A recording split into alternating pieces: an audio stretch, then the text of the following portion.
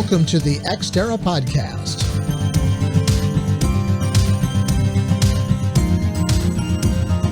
The Ex Terra mission is to explore and discuss the business of space and its effect on the national and global economy, as well as life on Earth.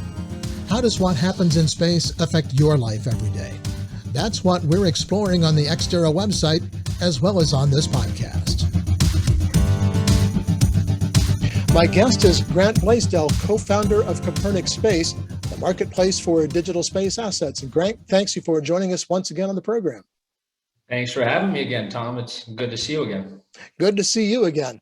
Last time you were on, Grant, you had just revealed your space marketplace, and now it's operational. So how has the response been?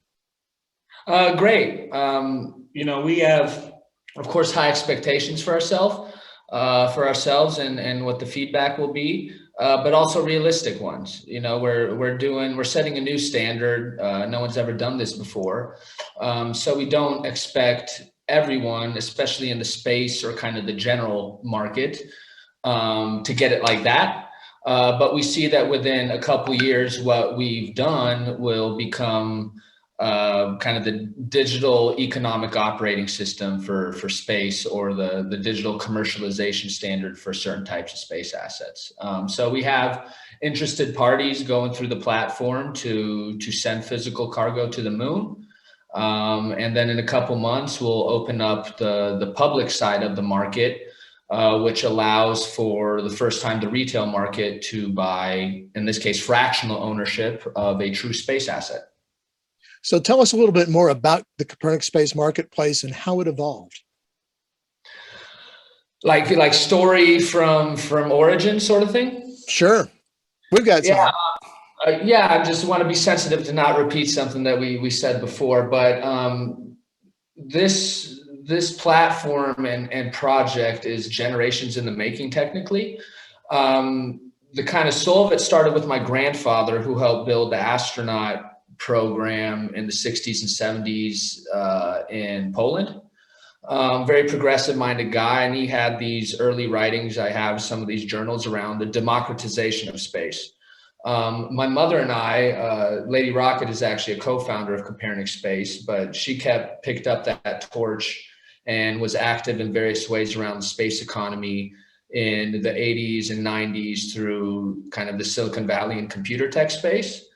And when I got old enough and mature enough to really go forward and lean into this, I've been active in the space economy in various ways, such as we have the Lady Rocket Foundation, among other things. And we ran into a few walls ourselves, as well as space companies that we knew. And because of my background around digital media platforms, blockchain applications, understanding how to build complex problems to fit complex markets, we realized that one of the biggest opportunities ever, which currently is an issue for the space economy, but we're going to turn them into the biggest opportunities, not just for space companies, but more importantly, the wider commercial and retail market, is twofold. One is being solved by the marketplace currently, which is, we have this amazing, almost $500 billion space market, soon to be $1 trillion, but it has no market. There's no central point to even discover all these great space companies. People don't realize there's hundreds and thousands of space companies. Right. They think there's like 5, and then NASA and a few other state organizations. So first off, create a place where the wider commercial market can discover these space companies and the assets that they offer, but most importantly, to make it transactional, right? So with the marketplace, we wanted to do two things. A, bring the space economy into, Web 2.0, in this case 3.0, create a digital commercialization standard that allows them to better sell the assets that they're already creating, and then turn them into actual true space assets that provide certain ownership, utility, et cetera, that allows the retail market to become involved for the first time.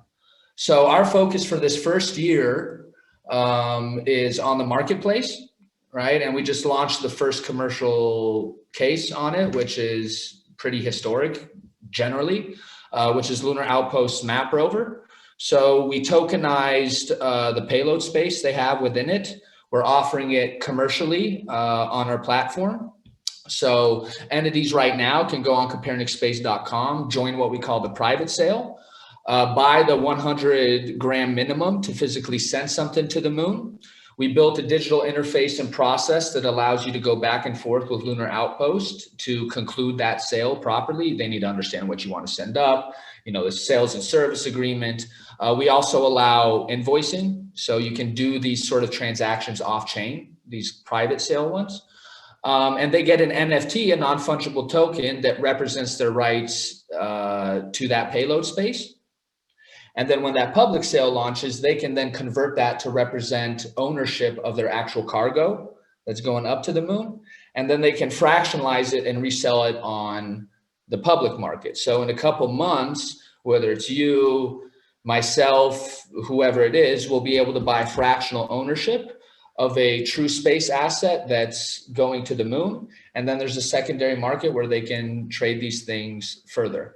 Right. And we wanted this to serve as, once again, the digital commercialization standard for physical payload, and then create the space asset class and marketplace to where you might see, some of these companies and projects and these assets, these space companies will earn more off it being an asset in the retail and the secondary market than they will selling out their full payload.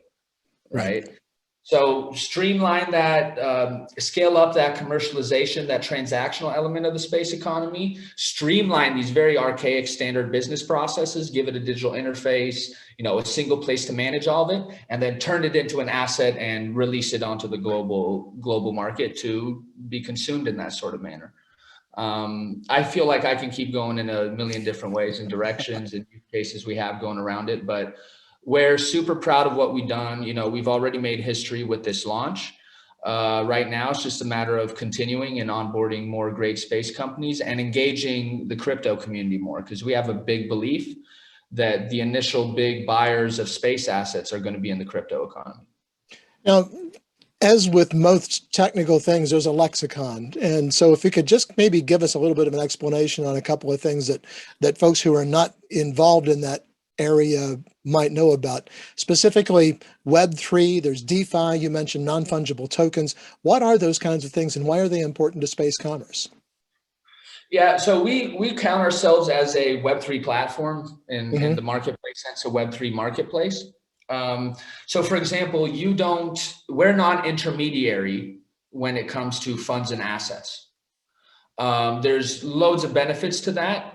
In space, to people that are in space, they can be quite obvious, which is the sensitivity of transferring data or these space assets with middlemen involved.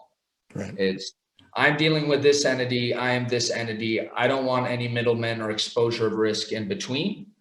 And we use NFTs in a way that you're going to see NFTs being like a backbone in the digital economy going forward. Not really what you're seeing today around the hype. We're not selling JPEG art forms. Right. We're using NFTs to be the package that provides certain features for real space assets. Right. And we can do really great things with NFTs. Satellite data is an amazing one. So you could, for example, in the future, come on Copernic Space.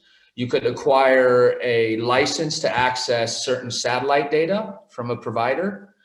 When you acquire that license, it's technically an NFT, and you can access directly that data set under that license through that NFT. So we're also creating a place where you can have all your assets and manage them and access them in one place. So NFTs are going to be the vehicle and kind of the trust system for all these assets, and allows for fractionalization. So I can program within the smart contracts that all these assets are tied to. I can program, for example, Lunar Outpost will earn 2% off every single secondary transaction in perpetuity. I can embed within them that any owner of this NFT has rights and access to this data set.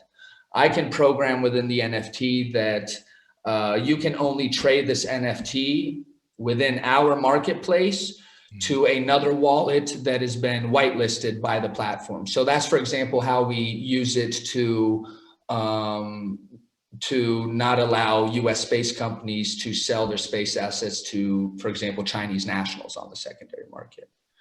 The Web3 aspect is more of how the platform is constructed. Mm-hmm. Where what we think is, once again, the next stage of what Web3 and NFTs are going to do. So we're not like OpenSea. You can think of us as like OpenSea for space, but we control the entry points, right? So we control who comes on, we KYC them, we know where they're, what nationality they are, and we do KYM. It's a process we defined ourselves called Know Your Material, where that's us validating whether this space company has the rights to register ownership of and commercially offer these assets, right? Mm-hmm. The other thing you asked about, which was DeFi, which means decentralized finance. The marketplace to us is technically not DeFi. What is going to be DeFi, which we plan on releasing next year, is the space pool. So that's solving the same kind of similar needs and issues that exist in the marketplace aspect, but for financing for space companies. Okay. Limited amount of VCs, government grants pretty much run the table, and otherwise you might have a few crazy angel investors around.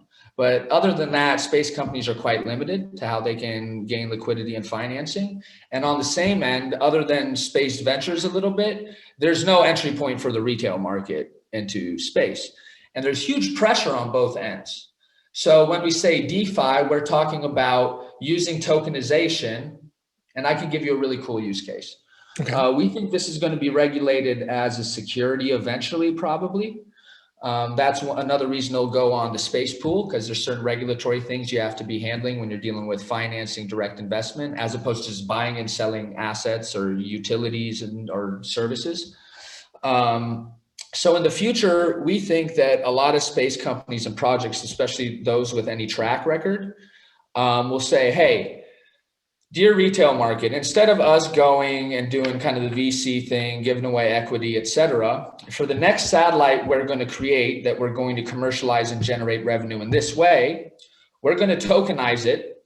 We're going to offer, let's say, 50% of it to the retail market, and the buyers of those will have rights to future revenue generated by that satellite. And they'll get an NFT that holds all their rights, and it's tied to this smart contract. So when those funds go into the smart contract, they get distributed accordingly automatically, right? So we really want to not just open up the liquidity and accessibility between space companies and the retail market, but we want to provide new models that are specifically built and provide benefits to space companies and the space economy. We're not just building a platform saying here. We're building each case on very considered verticals and standards. So like I said, we're starting with physical payload. We feel that we've created the initial standard for digital commercialization of physical payload. Next, what we're going to announce soon is we're going to be doing the standard for digital payload, which is an up and coming market or segment in the space market that people will start seeing over the next couple of years. So DeFi is taking certain elements of tokenization around cryptocurrencies and allowing the retail market to participate in it without middlemen or controls. So what is the hard asset with Lunar Outpost? It's a rover, correct? Yeah, so the hard, what we call in our platform or in the background, how we define this is real assets and virtual assets. Mm-hmm. So what's happening is Lunar Outpost has a real asset. They're tokenizing that. They're offering purchase of that real asset on our marketplace.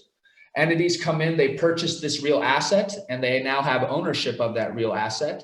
And they can then transfer that into a virtual asset and fractionalize it and sell it on the retail market.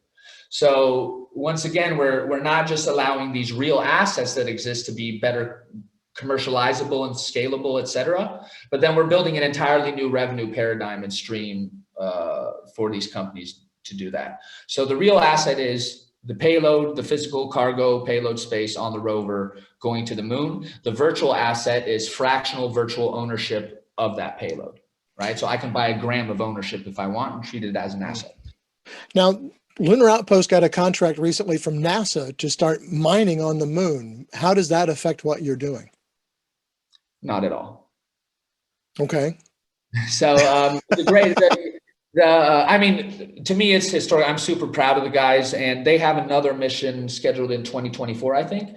The unique thing about this mission is it's the first like really private commercializable moon mission in that sort of sense. It's never been done like that. And that's why we're able to offer this in this sort of way, engage the wider commercial and retail market. There's probably going to be more limitations on it in the future one, for example, because probably NASA will be more involved, right, in that. So I mean, the guys are making history with it, and they're literally building, you know, a lunar outpost in this sense, because that rover is going to stay there, right? And this is where Artemis, I believe, is scheduled to land. So, you know, there can even be interactions around that in the near future. But, you know, that's NASA taking a really big step. I'm not going to go into, you know, the specifics of why that's a really big step. But it's setting a new foundation for kind of material resources, ownership of resources on the moon. But, you know, we're giving people the legitimate opportunity for the first time ever to actually own something that's on the moon. You talked about private sale physical cargo NFTs and a public sale virtual cargo NFT. What are the opportunities for companies and investors and other interested parties? Well, the investors thing, like, I don't use that term because we're not, this isn't being made available with the expectation of return. Right. Okay. It's to be treated as an asset, is to be treated as something that's unique to own. That if the market determines that someone wants to buy it for more, then someone wants to buy it for more. You know, there's lots of examples we could go through, whether it's like Pokemon cards, to, you know, unique ownership. Like if you look at the NFT space today, you know, if I were to told you 2 years ago that there would be $100 billion market of people buying JPEGs in this tokenized format, you would say I'm crazy, right? We're representing that just in tie to real assets and space assets, right? So let the market determine how they value things, right? When it comes to the space pool, that DeFi end, that's the pure kind of investment return, right? So we segregate those two things. This is the commercialization space asset. This is investments financing space asset, if you want to say. Do you have a timeline for when sales are going to get underway? For which part? For the sale, when you're going to start the sale of the NFTs? Technically, it's already started. So we're in the private sale portion right now. So if you do buy the 100 grand plus cargo to send your physical, you actually do get that NFT, right? That represents that ownership. Public sale is scheduled for end of April right now. We'll see how certain things align, how the market is looking, especially the crypto market at that time. But we're shooting for end of April. So that will be when anybody who bought cargo and put their cargo in the private sale, or any remaining space, will be made commercially available to the retail market in fractional ownership sense. I'm talking with Grant Blaisdell, co-founder of Copernic Space, the marketplace for digital space assets. Take a moment right now, click on subscribe to make sure you don't miss any of our podcasts, or if you're watching on YouTube, any of the videos from Ex Terra, the Journal of Space Commerce.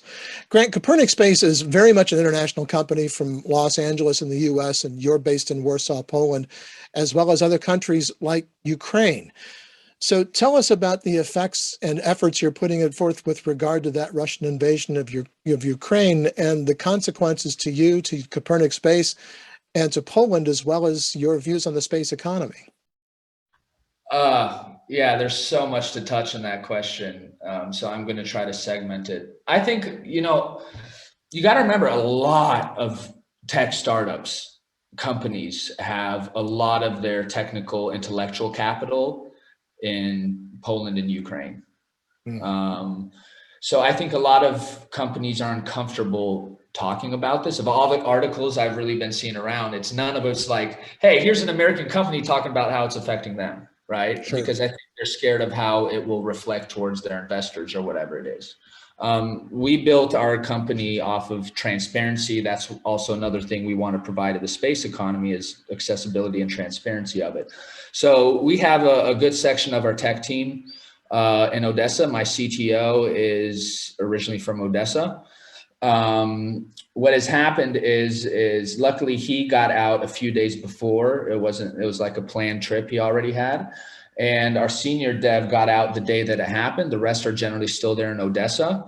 Everyone's still working. There's some ups and downs in it. So, I'll be on a call and it'll be like, okay, here's a bomb raid siren. I need to go down into, a bunker or whatever like that. My worry about it is a little bit more of, okay, is it going to reach a point where I need to switch up and bring in different talent? But man, I can go. And what we've done though is I set up a Bitcoin fund for all employees months and months ago, that I've been just feeding personal money into. And when this started happening, I transitioned that to like an emergency fund for the guys to use whenever they need to use it, put some more money in there. I've had some people put money in it.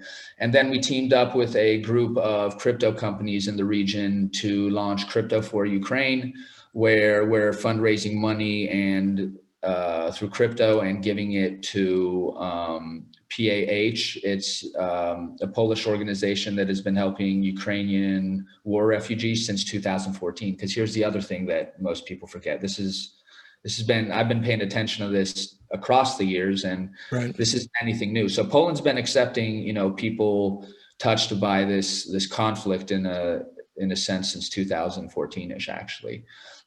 So for us here in Poland, it's great PR for Poland. To be honest, I've never seen so many people write to me positive things about Poland. Just how we've reacted to that whole situation. I'm actually right now an hour from the border, approximately. I'm not in Warsaw at the moment. So every time I go to the mall here, there's loads of American military guys here. So stuff is happening, stuff is changing here. Poland's probably going to end up having to accept X million Ukrainians here. We're kind of used to that. Another thing people don't know is that Poland has brought in the most Ukrainians out of all of Europe in the past, whatever X years. So we already have a huge amount here. And they're pretty culturally, let's say, synergistic here. So it doesn't have that much of a disruptive element outside of, the economic stuff that might be happening around it. But listen, we're positive in the sense of, like I told you before the call, with, stuff that's happening in life is like the world keeps spinning. Copernic Space is focused on delivering everything that we talk about and plan on delivering. So I still have calls with my team every single day. Cool thing around how it's affected space economy is it's really highlighted something that's important to us, the value of satellite data and imagery. A lot of people don't understand that, and that's one of the key missions we have at Copernic Space, is to provide a streamlined kind of digital commercialization standard for satellite data and imagery, so that a farmer in Africa, a hedge fund in New York, or let's say somebody in Ukraine can get the data and the images that they need. Right. So we've seen, a few satellite companies be highlighted very strongly during this campaign. Right. So that's a positive thing for me, because a lot of people don't understand how much of what they're using or what benefits them on Earth is already related towards space tech. But even more importantly, if we empower and provide better commercialization and financing to these space entrepreneurs who are building these things, then the on-Earth benefits can just explode, right? And that's why we do projects like Satellite Rhino. I think we chatted about that maybe last time I was on. These things that emotionally capture people and show how space tech can be applied to help solve problems that are very close to people's heart.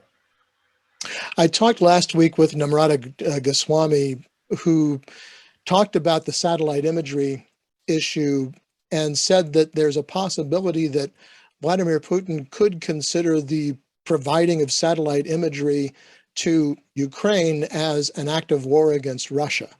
Have you heard anything has there been any concern about those kinds of things from your end, or does that bother you? No, I mean, I'm not a specialist, so to say, at this stuff, but I've spent a lot of time looking at it. And I think I have a more, because of my background and what I've kind of been interested in life and obviously where I am, I feel I understand Russia better than the average American does, like their mentality and stuff like that. Just like it came out where they're talking about today, where Poland is going to do a swap with the U.S. around jets, and Poland's going to give jets to Ukraine, so the U.S. doesn't have to, so it doesn't bring in the situation that you're talking about. Right. And someone said, well, that's already a declaration of war, and that's not true. If you look at historically, the U.S. has been, in World War II, we were providing lots of resources to the Allies before ever formally being involved in the war, or before the Axis powers ever looking at us formally as an enemy in the war officially. So listen, it's obviously it's a personal kind of topic to me as well. Yeah. I've spent a lot of time with Ukrainians here in Poland, working with them, obviously. So I, of course, wish for the best when it comes to this element. And the problem is that men from 18 to 60 can't leave. Right. So that's the issue that I have. Otherwise, I have houses already arranged for them. One of our investors, Startup Wise Guys, is also helping arrange locations around Europe for them to stay. Not just our people, but other people in the startup tech place. So probably get worse before it gets better, but eventually it'll have to get better. Well, we applaud you for your efforts, and that's very, very noble of you. So thank you for doing that. I mean, to be honest, I wish I could be doing more right now. But as you know, my son was just born and all that stuff. So pushing the company, trying to do the kind of the right thing, and then your personal life all at once can get complicated. Sure. On a much less depressing note, you're on the advisory board for Stellar Modal Transportation Association, which Ex Terra is also involved in. How did you get involved with Stellar Modal, and how do you see the potential for the SMTA? Tom just hit me up. So what ends up happening, and this happened with Lunar Outpost as well, is a lot of our great partners, they watch something like this, or they hear me speaking somewhere else, or they see some news and they're doing, and they contact us. So Tom, who helps lead the organization, hit me up. He said, hey, we think what you're trying to do, from my understanding, is very much going to be kind of the future of how the space economy will look like. This is what we do. How can we help each other or work together? So my approach so far with that has been, something that's very interesting that's happening in the NFT space is not buying NFTs because it's art or it's a profile pic project or whatever, but buying NFTs to get access to certain organizations, utilities, etc. So one thing we're looking at is creating, once again, like a digital standard, because for our first couple of years, we team up with great companies and organizations to prove verticals, like create standards of verticals in the market, right? So we think one coming up that's going to be very interesting is membership and access to space organizations of various kinds, right? You got guys like Foundation for the Future that are very progressive, open-minded, that we're very cool with as well. We're talking about Tom and what Stellar Modal is doing, but providing people enabling open access to these space organizations for the wider commercial and retail market, right? And once again, providing a revenue or a fundraising model for these organizations, right? So we're talking about even doing like letting the American public fund political action committees focused on space in DC, right? That's never been done before, right? And with Stellar Modal, we're looking at, how do we enable better access to these sort of organizations, and then provide a system that enables these organizations to better get their space assets out, right? Because all these organizations are creating something of value.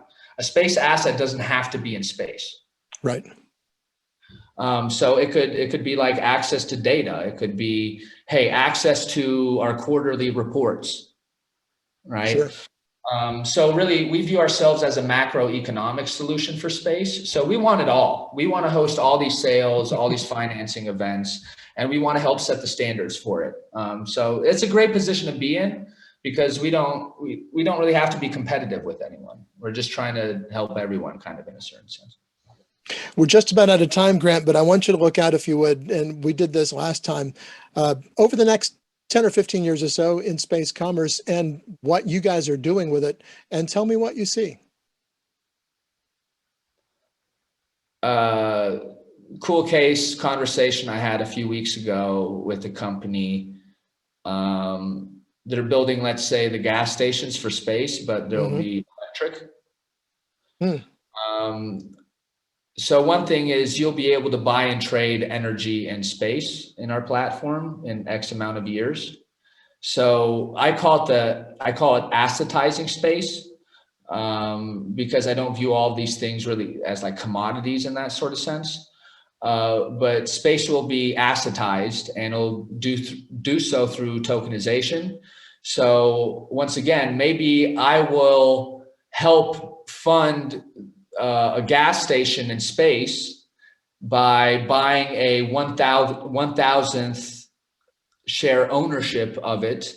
Just like I gave the example with the satellite earlier, right? Sure. Another thing, like Kevin O'Connell is to me personally is a great guy, but he's also on our advisory board. And one reason I have him with us is because he can help me solve or bust down these walls to these really big issues. So one thing we're looking at doing down the line is, think of it as a carbon credit market like we have on Earth, except for space debris. Okay. So, and there's also these interesting things coming out called DAOs, decentralized autonomous organizations, that are focused on space. So they're collectivizing capital focused on a certain mission, and then funneling that capital collectively towards these missions. And one of them that came out is focused on space debris, right? You saw Privateer came out recently with their public, kind of announcement with Omega about what Privateer really is. Right. So, how do we build these systems that, for example, this company is creating space debris. Well, this company is built to take it out, right? Let's get this company paid to take it out, and then the company who's putting the damage in has to pay that company to offset their space debris, right? Footprint, so to say. I mean, listen, like, the cool thing around the space economy is that it can go in any direction right now. There's a million different cool cases. We can talk about moon mining, for example, and how, rights are going to be bought and sold when it comes to these locations. So we have lots of interesting partners and cases that we're talking about. I can't answer your question very, very well. I just know that within 10 to 15 years, the world will understand that space economy is going to be the largest market in mankind's history. And we will leave it there. Grant Blaisdell is co-founder of Copernic Space, the marketplace for digital space assets. Grant, thank you very much for coming back and talking with us again on the Ex Terra Podcast. Appreciate it, buddy. That is going to do it for this edition of the Ex Terra Podcast.